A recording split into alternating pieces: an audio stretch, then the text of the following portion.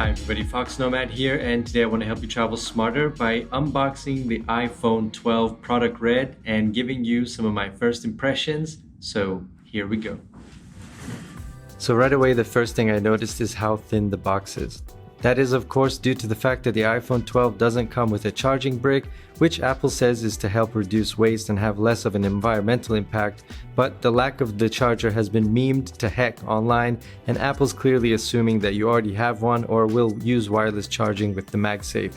Otherwise you can buy a charging brick from Apple for about $20. Of course, since this is a product red, we've got the red logo branding on the top and bottom of the box, as well as the sleek iPhone label in red as well. For those of you who don't know what product red is, I'll leave a link to a video I made explaining it in the description below. And now here we open the box. This is the iPhone 12 product red, which is a more pastel, a blender red than the fire engine version of the iPhone 11.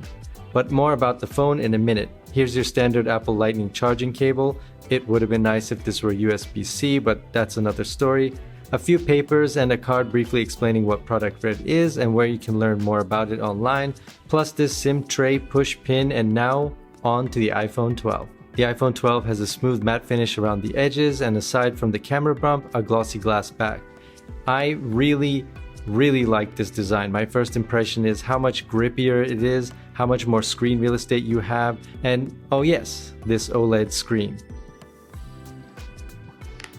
The iPhone 12 feels, and it is smaller than the iPhone 11 with the same screen real estate. It's basically a super modern 5S, to me one of the best design Apple's ever made for the iPhone.